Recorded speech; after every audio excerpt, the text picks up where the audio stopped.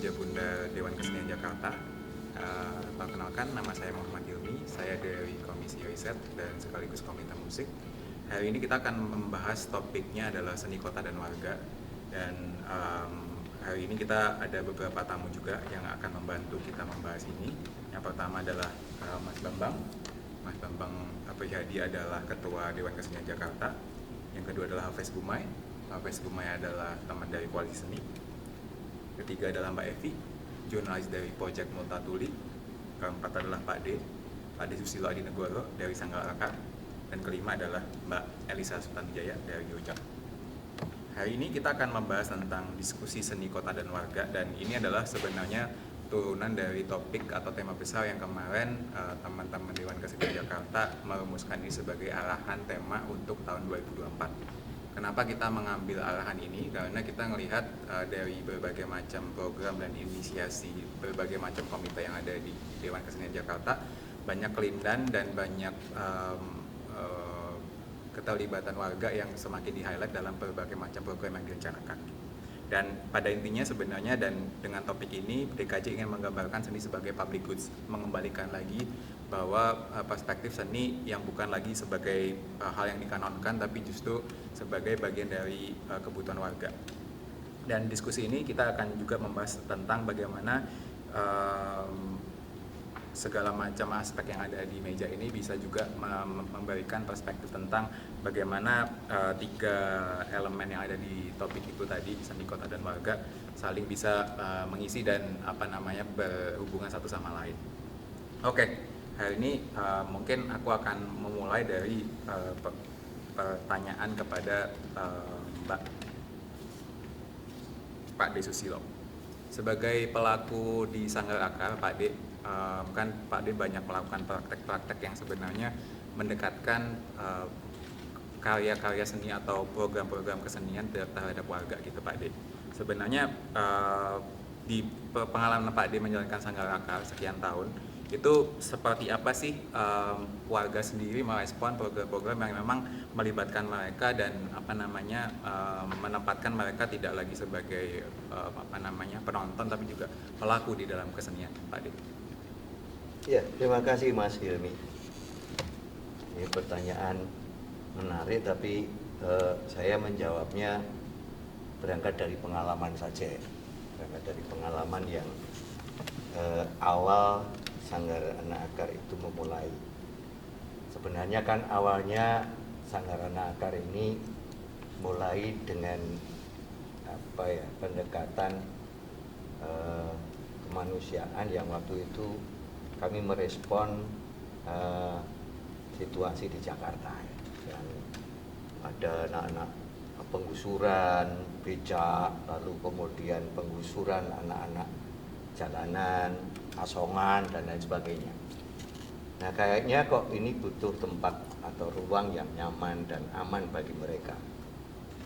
Lalu kami menginisiasi di bawah satu lembaga, Institut Sosial Jakarta, kemudian menginisiasi sebuah rumah ya, model tempat tinggal.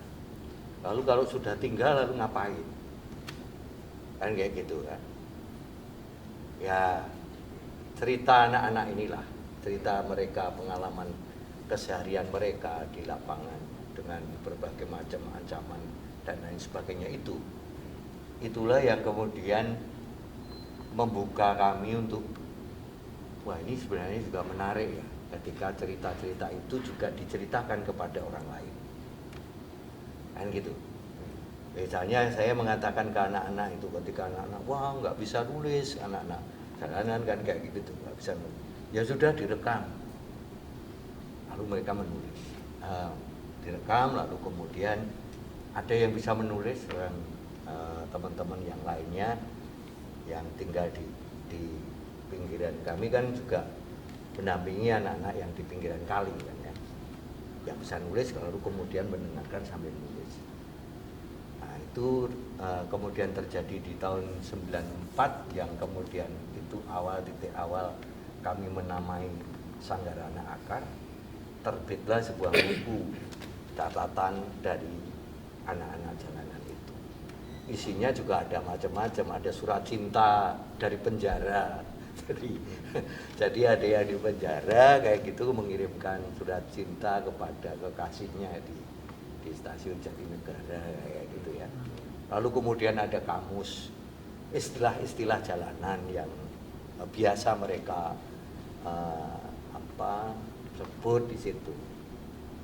Nah, terus kemudian bagi anak-anak yang lain yang di pinggir, karena ada anak pemulung, kemudian ada anak-anak di pinggiran kali kayak gitu, kemudian yang sudah yang mereka sekolah di sekolah dasar dan kemudian SMP kayak gitu, lalu kami kemudian menginisiasi untuk membuat cerita-cerita mereka, lalu kemudian buat inilah semacam tabloid. Wah, gagal kan. Dulu kami bikin namanya tabloid Niat Anak Indonesia. Jadi niat anak untuk Indonesia merdeka kayak gitu. Kok niat anak untuk Indonesia merdeka? Iya, karena mereka juga merasa belum merdeka. Kayak gitu. Nah, ini berlangsung, lalu kemudian kami menemani mereka untuk saya ajak mereka wawancara ke atasan, ke tokoh-tokoh kayak gitu, untuk sebenarnya untuk mengangkat rasa percaya diri mereka.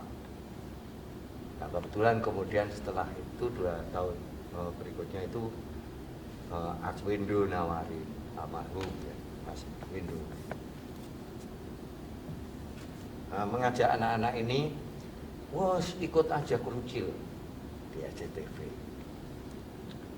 Nah, pengalaman-pengalaman ini yang kemudian juga ada selain tadi tulis segala macam, lalu kemudian pengalaman-pengalaman mereka itu biasanya kami membuat ruang untuk sharing kayak gini ya, sharing.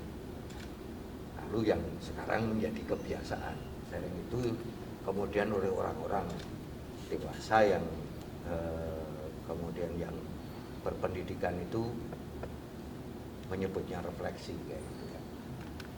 Anak-anak kemudian menyampaikan, nah, pengalaman-pengalaman mereka, ya kan? Nah, dari situ lalu kemudian dijahitlah oleh Wak Karyo, ya, rektornya Sanggara itu. Cerita-cerita itu dijahit menjadi sebuah naskah kayak gitu. Dan itulah yang terus-menerus dilakukan.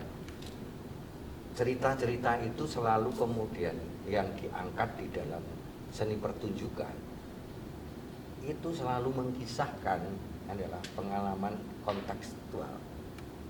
Jadi ada banyak hal yang kemudian itu muncul dari mereka. Nah, inilah yang kemudian menjadi pembiasaan. Jadi kalau kemudian dulu apakah ini dirancang tujuannya untuk ini agar masyarakat itu kemudian punya rasa seni, belum. Nah, dalam prosesnya ketika kemudian kami tahun 2000 awal kayak gitu, atas desakan kawan-kawan ya, teman-teman yang ikut terlibat, teman-teman wartawan, dan kemudian ada yang dosen, ada yang masih mahasiswa, ambut distrukturkan kayak gitulah ditanya. Oke, kalau kemudian mau distrukturkan ya kita buat aja semacam. Lalu kemudian menjadi dari pengalaman, lalu kemudian menjadi sebuah proses pembelajaran yang mulai tertata, terstruktur. Nah, menurut kami ya pembelajaran yang kontekstual, yang kemudian melibatkan, jadi mengajak mereka itu memotret dan menceritakan dari apa yang dialaminya, lalu kemudian merasakan bagaimana mereka merasakan, lalu bagaimana mereka mengungkapkan. Ya, menurut saya seni itu lalu kemudian kalau Ki Hajar Dewantara mengatakan ya sebenarnya sudah melekat dalam tubuh, yaitu kemudian mengasah akal, mengasah rasa, dan kemudian kehendak. Yang sebenarnya ya itu yang kemudian sekarang ini terus menerus kita lakukan. Kemudian ada kesadaran baru, oh bahwa seni itu tidak bisa dipisahkan dari keadaan di masyarakat. Seni tidak bisa kemudian hanya kemudian ada di gedung-gedung, galeri, Kalau waktu itu kami nekat 94 itu ke tim itu pentas di Geraha Bakti bayar itu hanya ingin membuktikan aja bahwa kere-kere itu juga bisa. Bukan hanya mereka yang punya duit dan mereka punya akses saja. Kami yang nggak punya akses ya bayar. Oke. Nah, artinya itu. Ini yang pengalaman yang saya lakukan dan bersama dengan kawan-kawan. Menurut saya seni itu bagian dari tak terpisahkan dari pendidikan, proses kemanusiaan dan bagian dari pendidikan penyadaran. Oke. Oke, terima kasih Pak D pemaparannya, dan mungkin abis ini aku mau lanjut ke Mbak Evi dan pengen tanya dari Mbak Evi sendiri sebagai jurnalis gitu, dan mungkin bisa ngelihat dari aspek sosioekonominya juga gitu, dari tentang gagasan bahwa seni adalah public goods seperti apa Mbak Evi? Oke. Terima kasih. Saya jurnalis sekitar 20 tahun, banyak meliput soal Jakarta gitu ya. Saya sempat S2 juga Urban Studies gitu, dan melihat memang Jakarta itu kan sebenarnya model pembangunannya, saya dari kotanya dulu ya, belum ke seninya dulu. Si model pembangunannya ini sebenarnya makin kesini kan sesuatu yang disebut sebagai neoliberalisme ya. Apa sih gitu neoliberalisme? Salah satunya itu yang paling prominent itu berkurangnya dana publik, dan dia jadi digeser ke yang disebut sebagai public private partnership gitu ya. Jadi hal-hal yang dulu publik itu terus kemudian digeser, dibayar ke swasta gitu. Nah, konsekuensinya tuh ada kemudian hal-hal yang publik yang seharusnya didanai uang publik gitu ya, jadi harus didanai uang swasta yang menekan apapun itu, pendidikan, kesenian, jurnalisme, harus profit gitu ya. Dia ditekan harus profit. Nah, saya kira model ini juga yang terjadi di Jakarta di banyak aspek, termasuk di kesenian gitu. Saya tertarik juga tadi Pak D cerita tahun 94 sebenarnya waktu Orba sendiri ya, itu belum neolib amat gitu ya, dia satu ini sendiri ya, satu sistem sendiri lah ya. Tapi misalnya harus bayar gitu ya untuk di GBB gitu kan.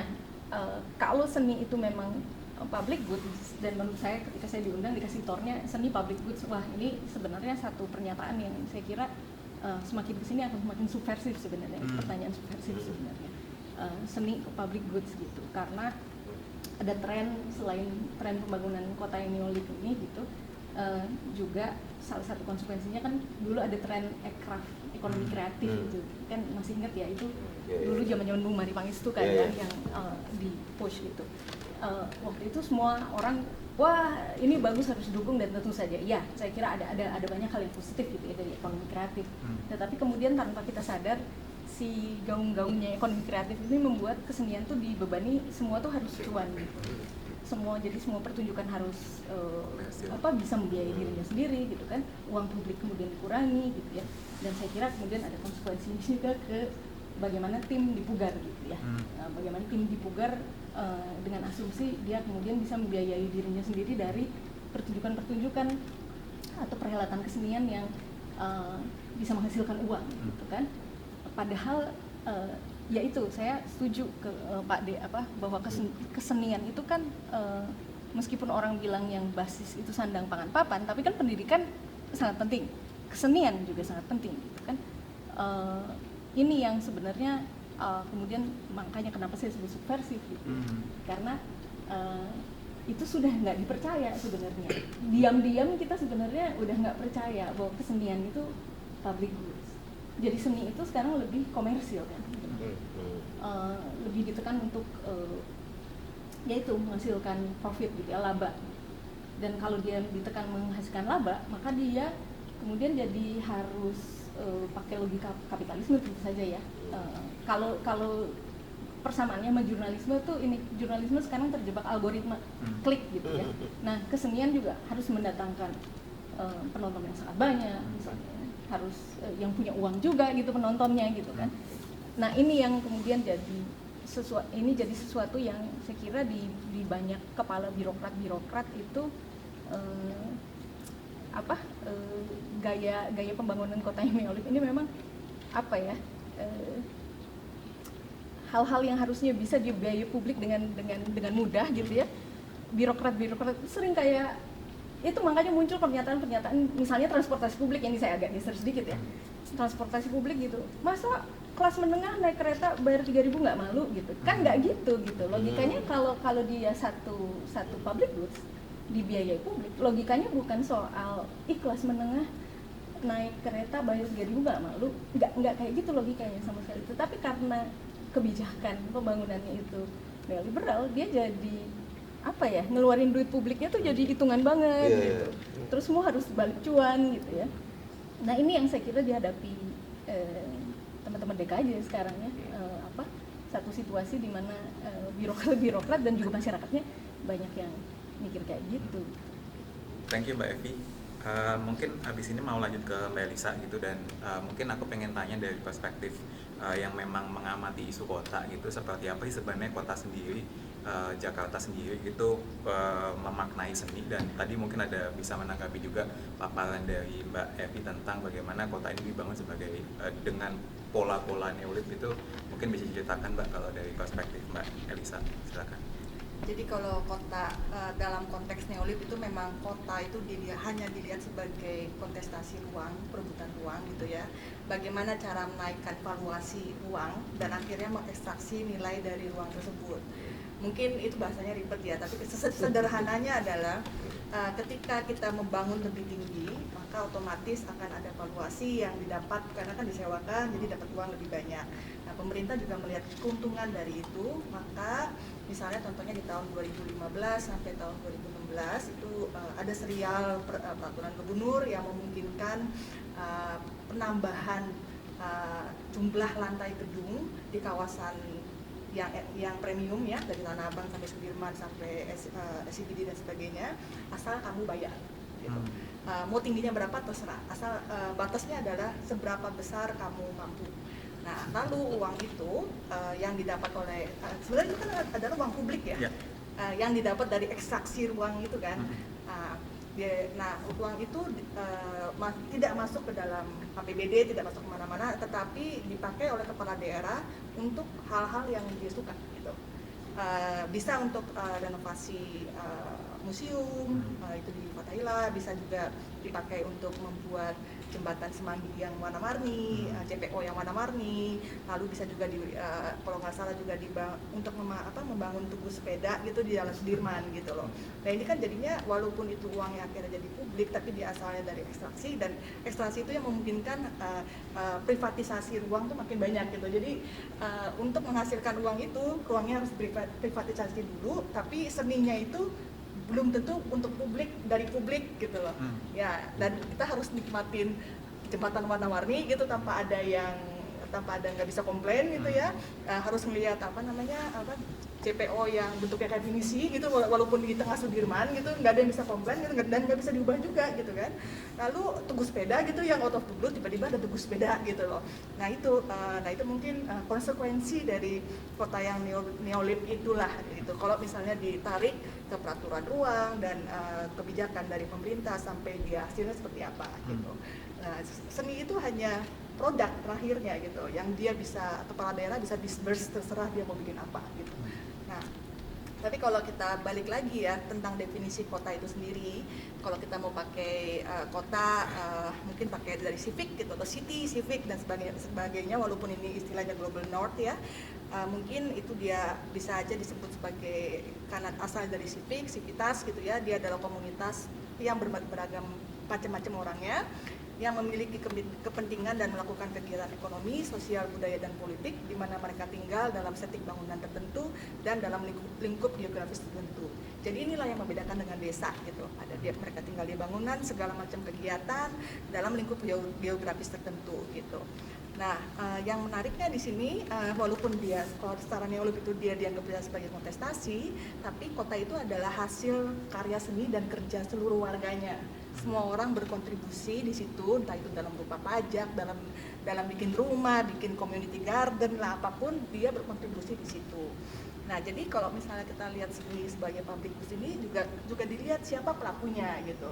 Nah, mungkin kalau siapa pelakunya, juga saya mau refleksi sedikit nih, apakah warga biasa dengan kesehariannya yang kadang-kadang suka nyeleneh gitu, nyeleneh tuh model yang dari skala kecil, oh ada pohon nih kayaknya baunya enak, saya taruh kursi yang dia buat dari kayu-kayu bekas, jadilah tempat duduk enak, terus jadi ngobrol, jadinya segala macam, itu kan jadi kayak teater kecil gitu kan ya. Dia memaknai ruangnya seperti itu, apakah seperti itu atau yang seperti ini, kita di teater besar gitu ya, ada seniman yang buat karya gitu.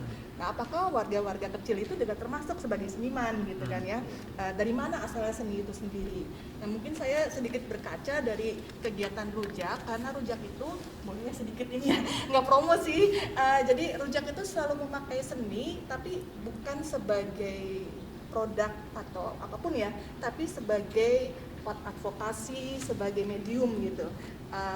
Misalnya waktu itu tahun 2018 kami kolaborasi sama Mas Irwan Ahmed sama Tita Salina dan 2 seniman dari Australia untuk bikin namanya Syara Utara Jakarta. Mereka jalan kaki tuh yang 15 hari di sepanjang pesisir Jakarta. Buat mereka itu adalah kegiatan seni, tapi buat kami itu adalah eksplorasi soal wilayah utara gitu, seperti apa. Lalu tadi menyambung Prakde, kami juga banyak berkegiatan sama warga kampung kota, terutama yang tergusur ya. Jadi contohnya di Kampung Akuarium yang tergusur paksa di tahun 2016. Di 2017 itu kami kegiatan sama seniman Jepang namanya Jun Kitasawa dan membuat namanya Lomba Rumah Ideal. Nah, itu adalah momen yang transendental buat warganya gitu loh. Jadi mereka habis digusur paksa, lalu diminta menggambarkan rumah ideal gitu ya. Agak-agak ini ya masokis gitu ya.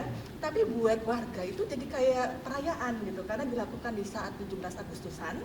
Mereka waktu itu mereka bikin dulu selama 1 minggu bareng sama kelompok warganya, dan mereka pada saat presentasi itu mengungkapkan mimpinya masing-masing soal rumah itu apa gitu. Nah, buat mereka tuh semacam terapi healing gitu ya. Kalau mau healing gak usah jauh-jauh, cukup berseni aja ternyata. Dan buat senimannya itu karya seni gitu loh. Nah, ini juga akhirnya mempertanyakan, ini kan jadi kan milik publik juga kan ya, milik mereka, dan mereka gak perlu keluar uang gitu, yang keluar uang adalah Japan Foundation kalau nggak salah. Nah, jadi ya akhirnya bukan semata-mata soal dari mana uangnya juga, tapi siapa pelakunya juga penting, karena sekali lagi kota itu ya tadi adalah karya seni dan kerja seluruh warganya gitu, termasuk kasih modal, kapital dan segala macam gitu. Ya mungkin itu sih tambahannya, semoga nggak tambah bikin bingung. Ya. Aman Mbak. Oke, thank you Mbak Lisa. Mungkin habis ini mau ke Hafez. Hafez pengen tanya sih, dari kacamata lo memang yang mengamati banyak kebijakan publik gitu sendiri, seperti apa sebenarnya kota Jakarta terutama gitu memposisikan seni gitu. Karena tadi ada paparan dari Mbak Evi gitu, bahwa mungkin pemerintahan sekarang mengarahkan bahwa kebijakannya tuh jadi kota yang neolib gitu. Dan tadi ada paparan juga dari Mbak Elisa gitu yang polanya seperti itu gitu, yang menjadikan seni ya semata sebagai monumen gitu. Padahal kalau konteks seni sendiri seperti yang kita bahas di awal, kita pengen mendekatkan itu dan menjadi bagian dari publik gitu. Dari kacamata lo sebagai pengamat kebijakan publik, bagaimana Hafiz? Silakan. Terima kasih Mas Hilmi. Tadi kan udah dengar ya bagaimana kemudian banyak pihak memandang pemerintah kayak semakin kesini semakin istilahnya itu menswastanisasi pelayanan gitu ya. Nah, kalau kebetulan kan aku latar belakangnya hukum ya. Yes. Dan biasanya instrumen hukum kan adalah barang yang paling efektif untuk mengimplementasikan satu kebijakan gitu. Nah, pada waktu dulu itu teorinya ya, kebijakan itu pasti akan punya 2 tegangan. Yang pertama adalah tegangan menyediakan layanan yang sifat publik tadi, si public goods atau barang publik ini. Atau kedua adalah meregulasi bagaimana komoditas berputar. Jadi tegangannya 2 nih. Semakin dia mencondong ke barang publik, maka harusnya tadi uang publik itu yang semakin banyak dipakai. Ketika barangnya itu masuk ke dalam istilahnya komoditas, maka seharusnya uang pasar yang kemudian membiayai pertukaran itu. Nah, ini kemudian kalau ditarik jauh ke belakang, sebelum 2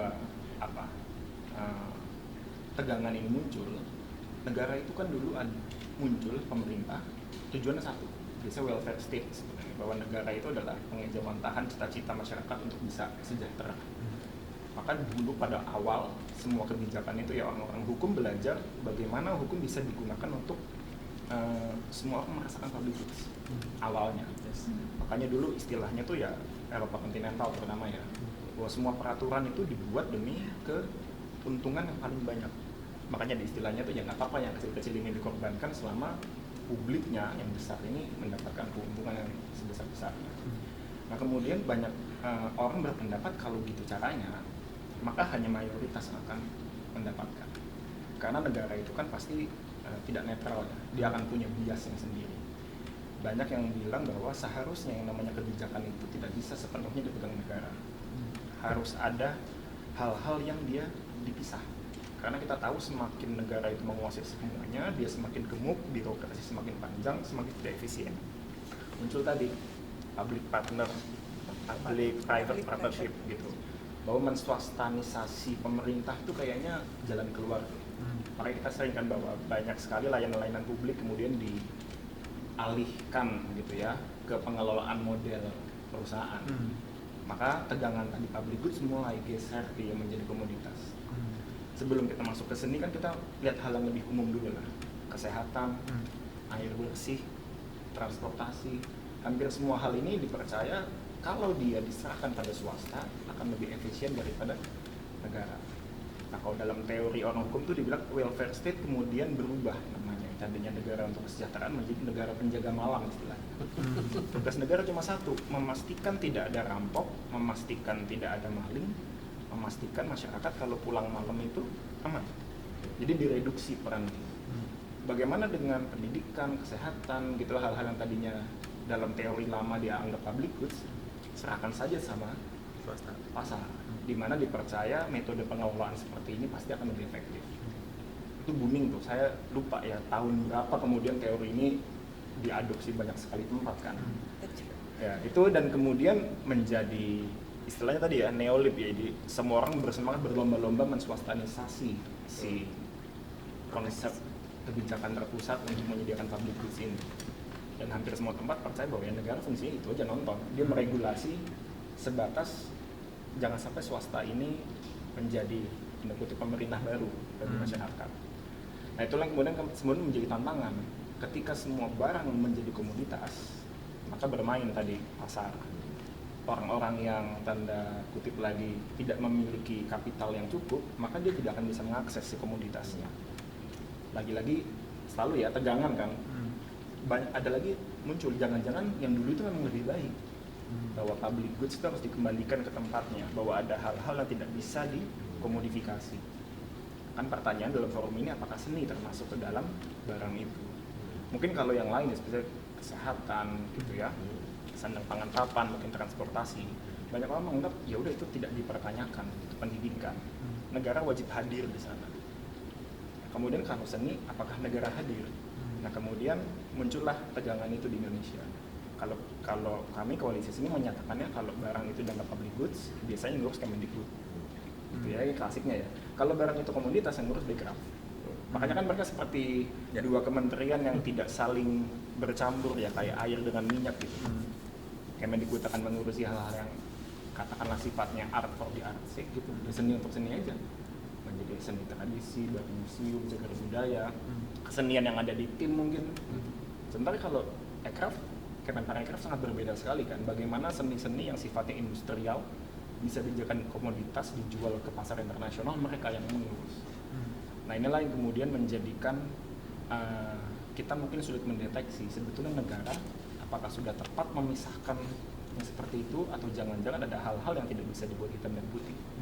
Nah ketika kita menganggap seni adalah public goods, kita nggak bisa semata-mata bilang seni sebagai public goods itu gratis gitu, enggak juga.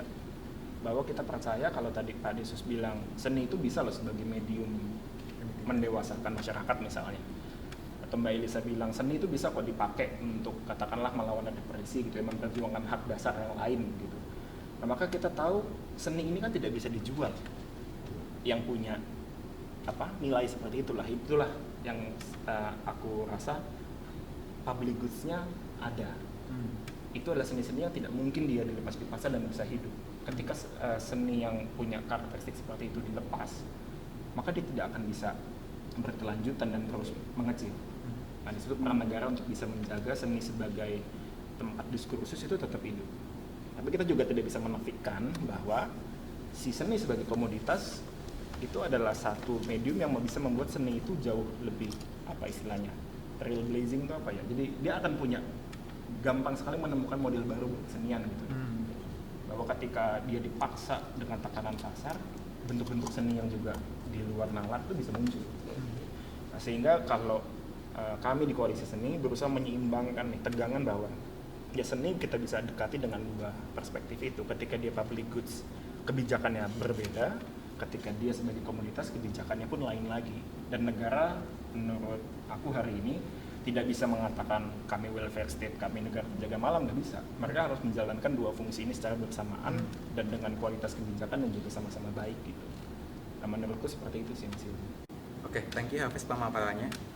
Habis ini mau tanya ke Mas Bambang sebagai Ketua Dewan Kesenian Jakarta musim ini atau 2023 sampai 2026. Tapi Mas Bambang juga kemarin sempat menjabat juga di periode sebelumnya. Tadi banyak pemaparan juga dari Mbak Evi dan yang lain juga tentang bagaimana nih sebenarnya pola-pola kota yang dijalankan dengan seperti ini kerap menyulitkan gitu lembaga seperti Dewan Kesenian Jakarta gitu, Mas Bambang. Mungkin boleh ceritakan pengalamannya yang kemarin dan kita bisa melihatnya nanti ke depan seperti apa sih Mas Bambang. Oke, terima kasih Ilmi. Mungkin sebelum ke sana saya mengambil pintu masuknya dulu ya buat saya enak ya. Ingin mengafirmasi apa yang dinyatakan tadi dipaparkan oleh Adik Pak Desus ya. Kalau di paling tidak dalam bahasa saya paling ada yang saya yakini memang seni itu fitrah, potensi bawaan manusia, satu yang kayak terberi gitu loh. Karena kalau mau kita lihat lagi atau kita baca lagi ya sumber kehidupan ini kan memang indah dan menyukai keindahan kira-kira. Jadi maka dia menjadi kebutuhan dasar masyarakat. Nah kalau kebutuhan dasar masyarakat seni itu, maka sesungguhnya masyarakat membutuhkan kesenian yang baik. Nah kebutuhan kesenian yang baik itu seperti apa ya? Kesenian yang sejatinya dia disiapkan yang melibatkan masyarakat dan negara lah kira-kira sederhana itu. Nah misalnya kita lihat jauh ya ke belakang sebelum reformasi atau katakanlah pengalaman kecil saya gitu loh misalnya, bagaimana masyarakat itu membutuhkan yang ini nggak bicara masyarakat kota ya, hampir di setiap RT nggak bisa enggak itu 17 Agustusan itu satu yang wow gitu loh, ditunggu-tunggu. Atau pensi di sekolah-sekolah itu ditunggu-tunggu, apalagi yang sifatnya pertunjukan massal gitu atau satu yang digarap bersama gitu ya, itu sesuatu yang ditunggu-tunggu, pertunjukan untuk merefleksikan apa yang masyarakat mau gitu loh, apa yang masyarakat bayangkan. Nah itu udah jelas masalah kita. Nah kemudian ketika bergerak hari ini, saya sebetulnya awalnya mempertanyakan apakah masyarakat masih butuh yang mungkin tadi setelah istilah neolib, kota yang sudah sedemikian bising dan seterusnya. Perjalanan kesenian saya udah lebih juga dari 25 tahun, sebetulnya masyarakat masih butuh nggak sih ya? Ketika kita lihat lagi di lapangan, di wilayah, walaupun misalnya di setiap RT, di RW, nggak banyak yang penggeraknya itu nggak banyak, karena mungkin kesibukan macam-macam ya, nggak banyak orang kayak Pak Desus itu kan, di setiap RT itu nggak ada lagi. Tapi ternyata di setiap wilayah itu banyak sekali orang yang mau menari masih. Di sekolah-sekolah itu masih tumbuh orang-orang yang mau latihan silat, mau latihan puisi dan seterusnya itu membuat kita kan jadi harus meyakini kembali bahwa memang itu dibutuhkan oleh masyarakat kira-kira gitu loh. Karena itu masih banyak. Pun kemudian di tingkatan middle ini yang kita kemudian mau bicarakan, bagaimana DKJ melihat yang ada di sekomplek kawasan ini, yang katakanlah hidupnya DKJ kan udah 68-50 tahun terakhir ini ya, ketika pekerjaannya itu lebih dibebankan pada soal menyusun kebijakan, mengkurasi, menyeleksi, memastikan yang tampil ini yang terbaik gitu loh. Hingga ketika ini terganggu oleh sistem negara yang seperti tadi dicatatkan oleh Hafiz misalnya, yang tadinya public good ke commodity gitu, kita kan jadi kayak kehilangan apa namanya itu, kepastian, misalnya kepastian yang tadi disinggung, kepastian bahwa ini sesungguhnya apakah kita masih mau melihat seni yang baik dalam pengertian capaian artistiknya tapi kemudian kosong, tapi karena juga pengelolaannya bersih tegang begitu, nggak jelas ini mau sesuatu yang dijual atau yang tidak dijual gitu. Tapi saat yang bersamaan di sekitaran kita, sekali lagi di wilayah, di hampir setiap wilayah kita itu masih tumbuh banyak sekali orang-orang yang menyukai kesenian gitu loh. Nah, kalau kita tarik lagi mundur 68 udah jelas sebetulnya, ini saya nggak tahu nih apakah nanti kita bisa diskusikan lagi apakah yang dibayangkan oleh Ali Sadikin juga dia menyiapkan tim ini dengan kesadaran adanya seni hiburan dan seni kreatif gitu ya. Apakah dia membayangkan seperti yang tadi dibayangkan oleh Hafiz gitu, ada ketegangan itu, atau saya melihatnya memang itu ada satu keniscayaan bahwa masyarakat membutuhkan seni yang populer, karena memang populer dalam pengertian juga yang tadi tuh, yang dia juga hidup di kampung-kampung, yang dibutuhkan oleh masyarakat, dan juga kesenian yang memang direkayasa, yang dibuat untuk dia berjarak dengan masyarakat, tapi saat yang bersamaan sebetulnya dia ingin memberikan satu tontonan, satu apa ya, cerminan atau satu ruang yang berbeda gitu ya, yang untuk kemudian orang melihat sesuatu yang di luar dari apa yang dilihat kasatnya gitu misalnya gitu. Nah, sekali lagi itu kan sudah di awal dinyatakan oleh ya pada paling tidak dinyatakan lebih konkretnya lagi di Pergub 68 itu. Bahkan kalau DKJ-nya sendiri posisinya membuat GR kalau menurut saya waktu itu ya, 68 itu dinyatakan sebagai lembaga satu-satunya dan tertinggi, lembaga satu-satunya kesenian di Jakarta tertinggi. Jadi untuk memastikan bahwa semua kegiatan kesenian itu ada dalam apa namanya itu pantauannya atau ada dalam seleksinya DKJ. Tapi setelah Cokro Pranolo muncul atau gubernur-gubernur setelah Ali Sadikin, memang apa yang dibayangkan oleh apa yang dipaparkan oleh Hafiz gitu loh, kemudian menjadi neolib, saya nggak tahu pemahamannya ke situ gubernur setelah Ali Sadikin, atau memang apa yang di apa istilahnya divisikan ya dibayangkan oleh Ali Sadikin tidak tertangkap oleh gubernur-gubernur setelahnya. Saya nggak paham artinya, karena ketegangan itu sampai detik ini juga jadi seperti kita ingin merumuskan sesuatu yang baru gitu loh, menyelubungkan lagi sesuatu yang seolah ini tempat apa namanya itu harus kita bangun kembali gitu loh dengan kesadaran baru warga kota. Padahal sekali lagi di 68 itu sudah jelas tergambarkan dan sudah ada pemetaannya bagaimana seni yang hiburan, seni yang kreatif itu tetap dijalankan bersamaan. Sebagaimana kalau kita lihat masyarakat Baduy, nggak mungkin ada masyarakat Baduy putih kalau nggak ada masyarakat Baduy hitam, dan sebaliknya masyarakat Baduy hitam nggak mungkin ada kalau nggak ada masyarakat Baduy putih. Nah, kira-kira kan begitu aja, itu seiring jalan. Nah, artinya dalam konteks ini apakah saya mulai bertanya apakah kemudian yang soal public good dan yang ini masih terus tegang dan akhirnya membuat kita juga jadi kebingungan saja gitu loh. Lagi nanti kan kita bayangkan BLUD yang seperti apa sih gitu loh. Nah, DKJ kan juga ingin turut memastikan di dalam itu gitu loh. Saya kira itu dulu.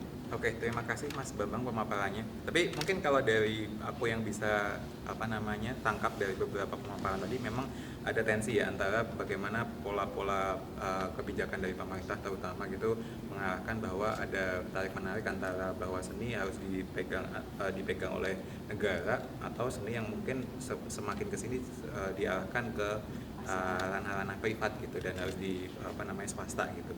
Mungkin aku pengen tanya kalau dari kacamata Pak D gitu, Pak Desus gitu. Tadi banyak tarik menarik antara dua pola antara seni oleh negara, yang seni yang dikelola oleh negara atau seni yang memang dikelola oleh privat gitu. Pak D sebagai yang melakukan ini di lapangan secara praktek gitu. Sebenarnya yang menurut Pak D works itu di tataran masyarakat sendiri, di tataran warga itu seperti apa sih Pak D? Ya, kalau ini saya menceritakan apa yang saya alami aja ya. Artinya yang dialami oleh Sanggar Anak Akar ya. Lalu kemudian juga nggak lompat dari apa yang menjadi perbincangan kita antara seni, kota dan warga. Nah, ini aku bicara tentang warga. Bagaimana keterlibatan warga. kalau sekarang ini orang masyarakat itu kebanyakan, saya ini pernah dicemburui oleh kawan-kawan teater di Jakarta ini, karena dianggap orang wah sangat tuh bisa berduit, difasilitasi kayak gitu ya, fasilitasi. Lalu kemudian dipikir kemudian dapat dana dari dinas kebudayaan. Kayak gitu. Saya katakan enggak. Jadi standar anak akar itu bisa terus berjalan itu karena kami punya sahabat. Karena yang melakukan ini, yang kemudian bisa menghidupkan ini, jadi itu adalah lingkar sahabat akar. Lalu kemudian relasi-relasi itu, artinya kami berkesadaran bahwa pendidikan berkesenian itu harus menjadi sebuah gerakan masyarakat, atau yang kemudian kami sekarang ini kami namai kemudian ini pendidikan yang berkebudayaan itu ya kita, artinya warga masyarakat, bahwa pemerintah atau negara itu punya tanggung jawab untuk melindungi, ya kan? Terus kemudian juga memfasilitasi, ya itu sudah kewajibannya. Artinya, ya kalau kita mau bertumbuh ini harus menjadi nafas hidup. Kalau Bang Ben tadi menyampaikan itu ya, ini fitrah. Ya tadi yang saya katakan, ini ya fitrah memang sebenarnya. Tapi karena itu tidak pernah masuk di dalam kemudian jadi pendidikan kesenian di sekolah itu hanya sebatas teknis. Tapi tidak kemudian menjadi bagian untuk kemudian proses kemanusiaan itu. Ya maka kemudian ya tidak ada kemudian jadi pengalaman yang bermakna. Maka kalau kemudian kami mengatakan ya yang bisa menggerakkan itu adalah atau kalau kami sampaikan itu ya refleksi yang muncul di dalam aksi itu mampu menggerakkan orang lain. Walaupun yang belakangan ini ya berdarah-darah lah kalau kita mau kondisi saat ini. Tapi apakah kemudian lalu tidak ada cara lain, lalu kemudian kita berhenti? Ya enggak, nyatanya juga kami bertumbuh. Nah, bertumbuh itu artinya kemudian ada kelompok-kelompok baru yang kemudian berjejaring, yang mereka merasa ini bisa. Lalu bahasanya kemudian ada yang baru lagi nih, kolaborator. Kami siap menjadi kolaborator, kayak gitu kan. Nah dari situ lalu kemudian kami kalau kayak gitu kita harus gerakan aja. Lalu kami mengakses waktu itu diajak berbincang dengan Mas Menteri tentang bagaimana pendidikan berkesenian. Ya pengalaman kami lah yang kemudian kami sajikan ke mereka. Jadi kami dengan Coach Cool, dengan Rudio Indonesia lalu menawarkan sebuah gagasan baru tentang paradigma pendidikan kontekstual itu, menurunkan, mengejawantakan pemikirannya Ki Hajar Dewantara bahwa seni itu sudah ya memang nyawiji di dalam tubuh atau di dalam kehidupan manusia ini. Yang ini kemudian harus kita lakukan kayak gitu. Dan ternyata juga ya tadi saya cerita sama Bambang di luar forum ini, saya menceritakan temuannya menjadi banyak sekali. Tapi kemudian juga tadi kalau subversif tadi saya ngadukan beberapa tempat di guru-guru yang kemudian sudah mulai ngetik kayak gitu ya. Padahal nggak takut. Ini kan pendidikan yang subversif kalau zaman dulu. Karena anak-anak itu kemudian coba anak-anak mempertanyakan di Papua sana, anak-anak mempertanyakan tentang monopoli garam dari proses risetnya. Ini monopoli katanya. Coba. Kemudian di Wamena kemudian punya kesadaran baru bahwa oh iya, kenapa aku mesti harus makan beras? Karena dulu zaman nenek moyangku aja keladi dan ubi, yang sekarang malah kesulitan. Kemarin kemudian kami kemudian harus turunan di Yaukimo, kemudian ada kelaparan. Yang dikirim bukan beras tapi uang. Lah wong butuhnya beras dikirimnya uang. Katanya kesulitan distribusi. Lalu kemudian ini menjadi perbincangan dan besok itu akan ditarikan anak-anak itu kemudian SMP Negeri 3 itu berangkat dari pengalaman ini. Mereka akan mengartikulasikan pengetahuan dan pengalamannya itu lewat tari. Menurut saya warga ini kemudian jadi yang perlu dipantik dan menurut saya punya daya. Oke. Jadi warga yang dikdaya, warga dikdaya itu ya kalau ini inisiasi Dewan Kesenian Jakarta ini ya perlu disupport. Artinya beliau kembali ke akar untuk ini, untuk menguatkan. Maka ya bersama-sama ini nanti akan menjadi bentuknya seperti apa kalau ini kita bisa bangun sebuah kekuatan baru dengan visi baru, katakanlah seperti itu.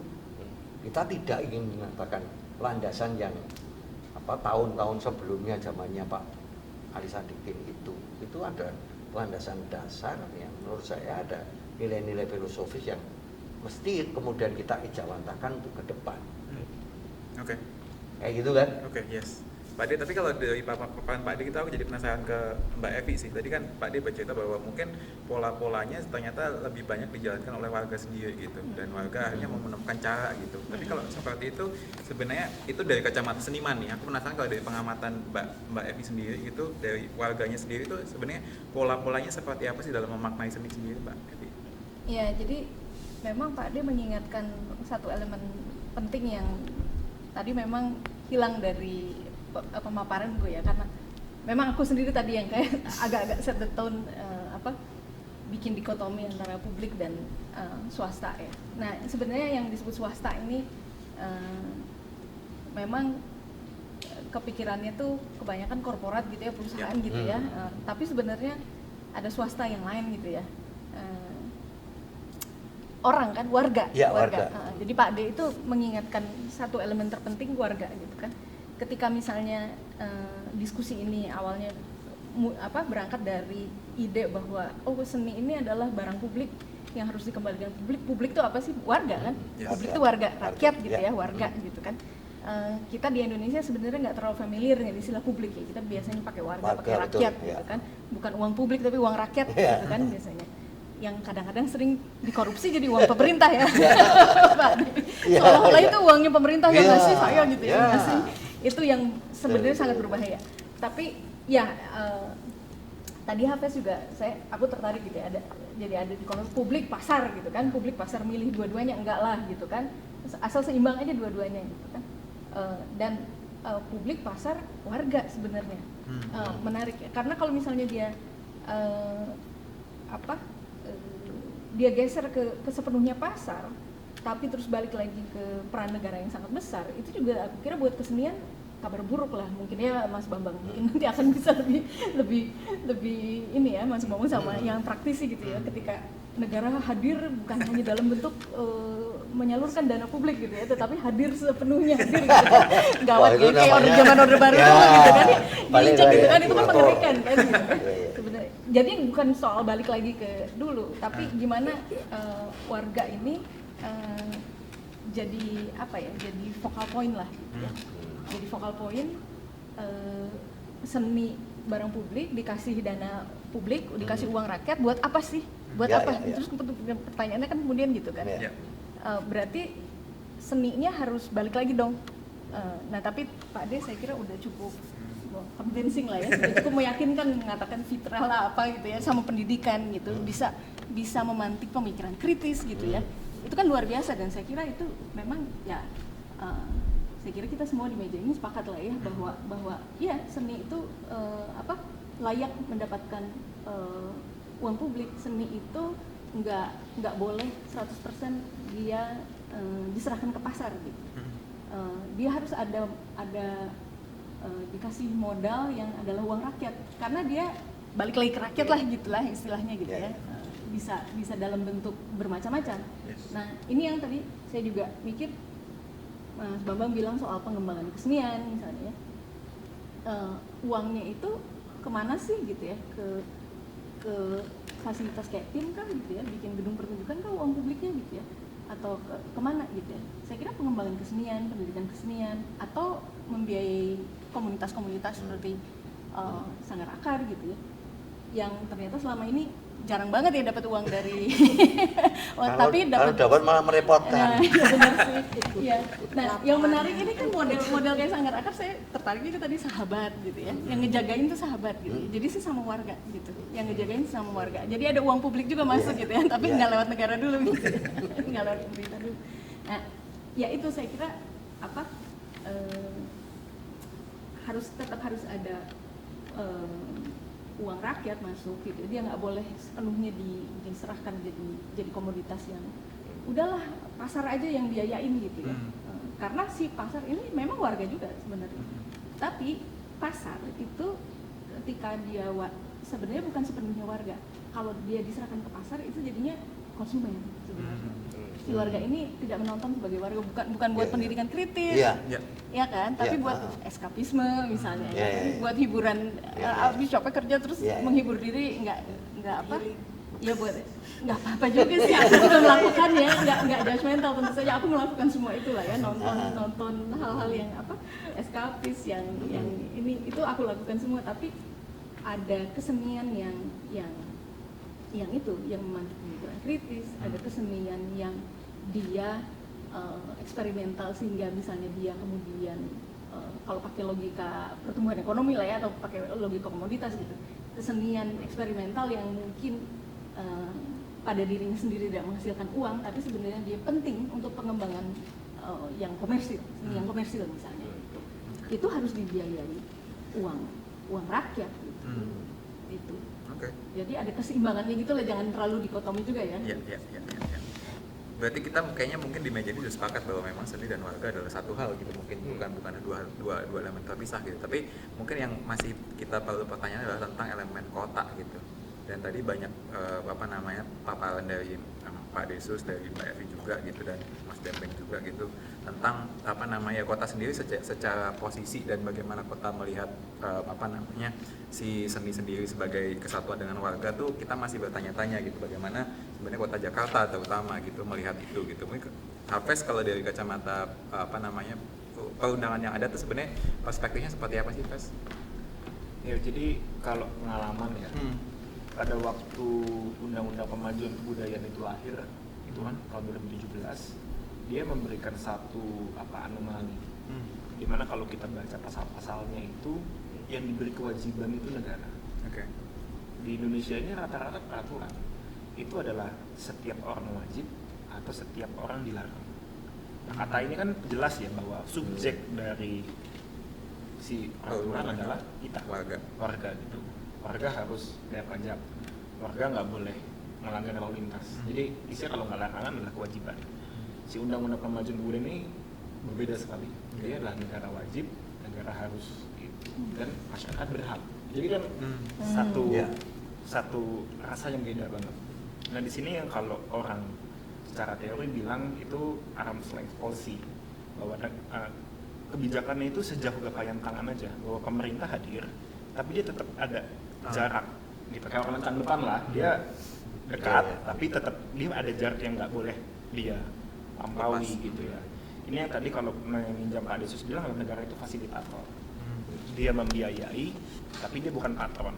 Ini yang mungkin tidak bisa terjadi ketika seni itu dilepas ke pasar. Pasar kan hitung-hitungan, kalau saya bayar, apa yang saya dapatkan. Jadi kalau kasar sekali bilangnya ya, itu adalah kebijakan toko kelontong. Saya kasih kamu A, saya dapat B.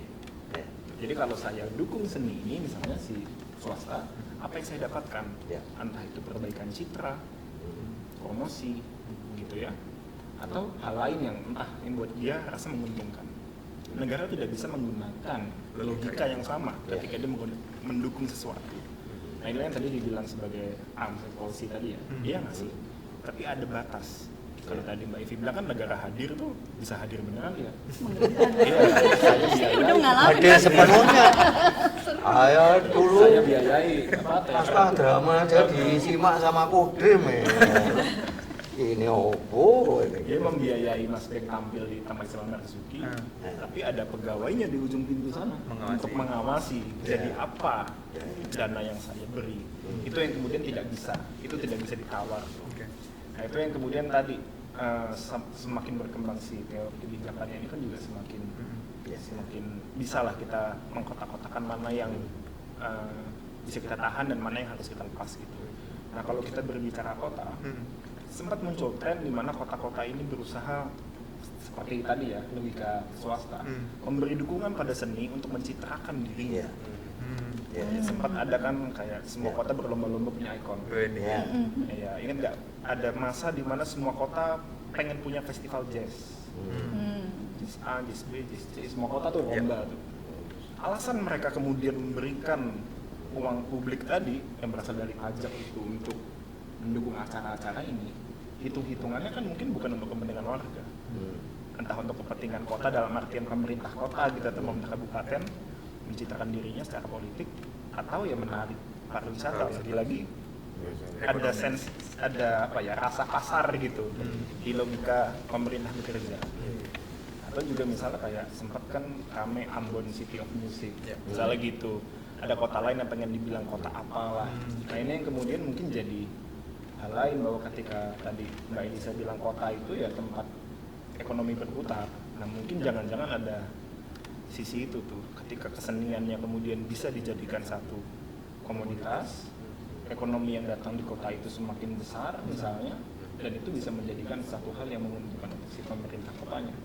Kan pertanyaan tinggal kalau itu menguntungkan pemerintah kotanya, apakah itu menguntungkan warganya? Ya. Ya. Warga kotanya Warga gimana? Gitu, misalnya ya. Karena itu juga hal yang biasanya kemarin habis Coldplay ya.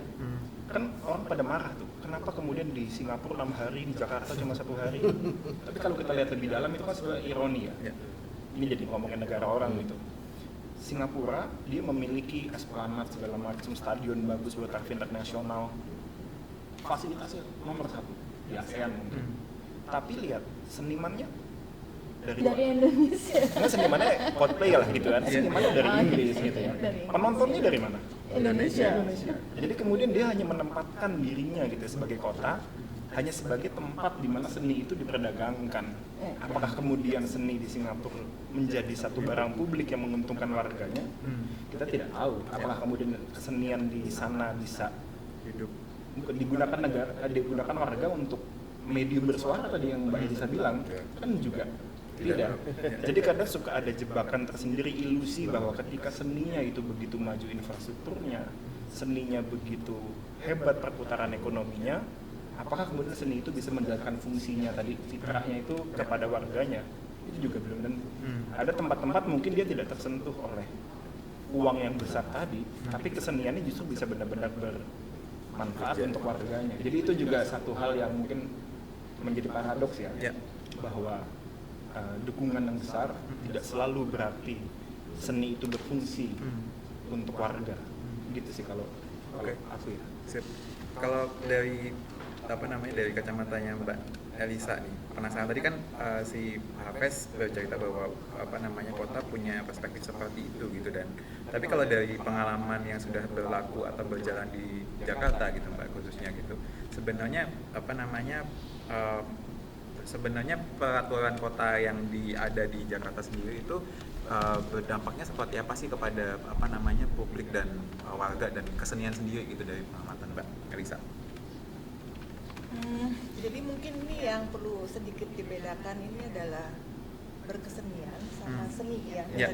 Tadi itu lebih banyak soal berkesenian ya.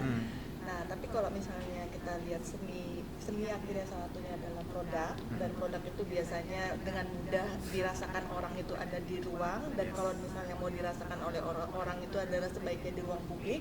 Dan mungkin juga melihat bagaimana Jakarta gitu memperlakukan ruang publiknya dan siapa yang mengambil keputusan dalam ruang publik itu.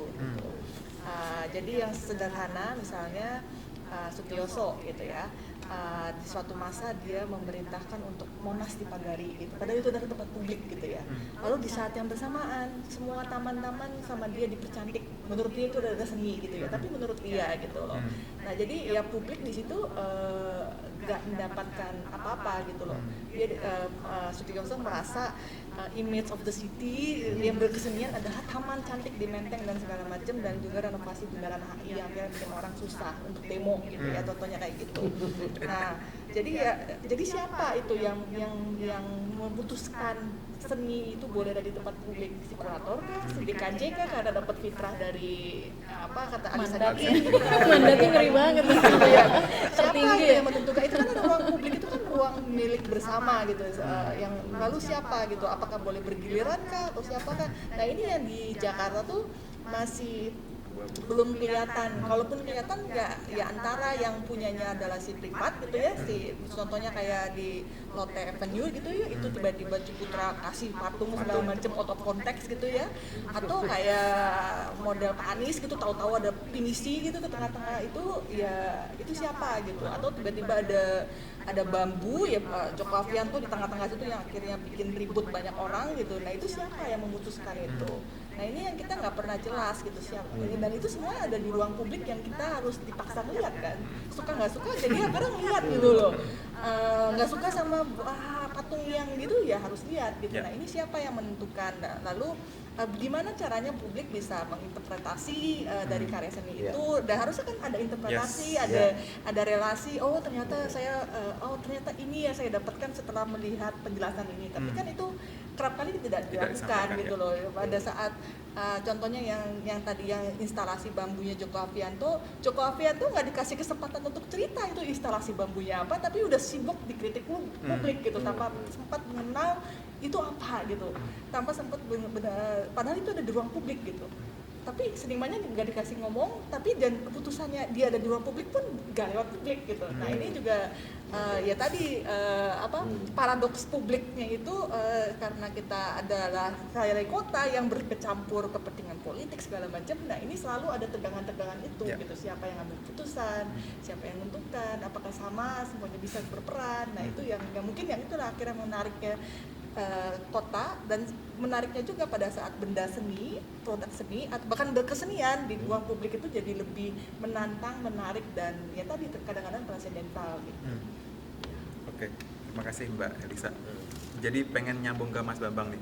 Tadi kan Mbak Elisa bertanya-tanya gitu banyak hal yang kayaknya terutama di tempat-tempat publik itu yang disampaikan yang katanya seni gitu, dan itu apakah siapa sih sebenarnya yang mengambil keputusan ketika ada monumen-monumen kesenian seperti itu? Apakah itu Dewan Kesenian Jakarta atau itu pemerintah sendiri gitu? Kalau dari pengalaman Mas Bambang, mungkin banyak yang penasaran juga gitu. Keterlibatan Dewan Kesenian Jakarta tuh dalam keputusan-keputusan seperti itu seperti apa sih Mas sebenarnya gitu? Ya. Ini kembali ke tema kenapa kita munculin tema reposisi seni warga dan kota itu ya. Sederhananya saya membayangkan ada audiens, panggung sebagai kota gitu ya, dan ya yang disuguhkan ya adalah seni di dalamnya gitu ya. Terus kita sedang mempertanyakan kenapa sih seni selalu harus di panggung gitu loh, kenapa harus ada kanalisasi seni gitu loh, ada capaian itu, ada apa yang terjadi di luar. Nah makanya kita pindahkan ya kota, kalau kita membayangkan panggungnya adalah kota gitu ya, jauh lagi warga, audiensnya, dan seni ya seni yang tidak hanya capaian tapi seni yang juga bergerak untuk apalah terserah masyarakat, untuk kebutuhan warganya. Nah pada titik itu sebetulnya DKJ pun sedang mempertanyakan posisi yang paling tepatnya strategisnya apa. Karena itu tadi saya bilang kalau melanjutkan dari sejak begitu ditinggikannya oleh Alisa Dikin, tapi kemudian setelah itu kita hanya seperti hanya memikirkan 7 hektar sekitar sini. Tidak ada keterlibatan kita dalam pergub demi pergub ya, HP juga bisa nanti bisa menyinggung itu ya, pergub demi pergubnya untuk memastikan bahwa DKJ tidak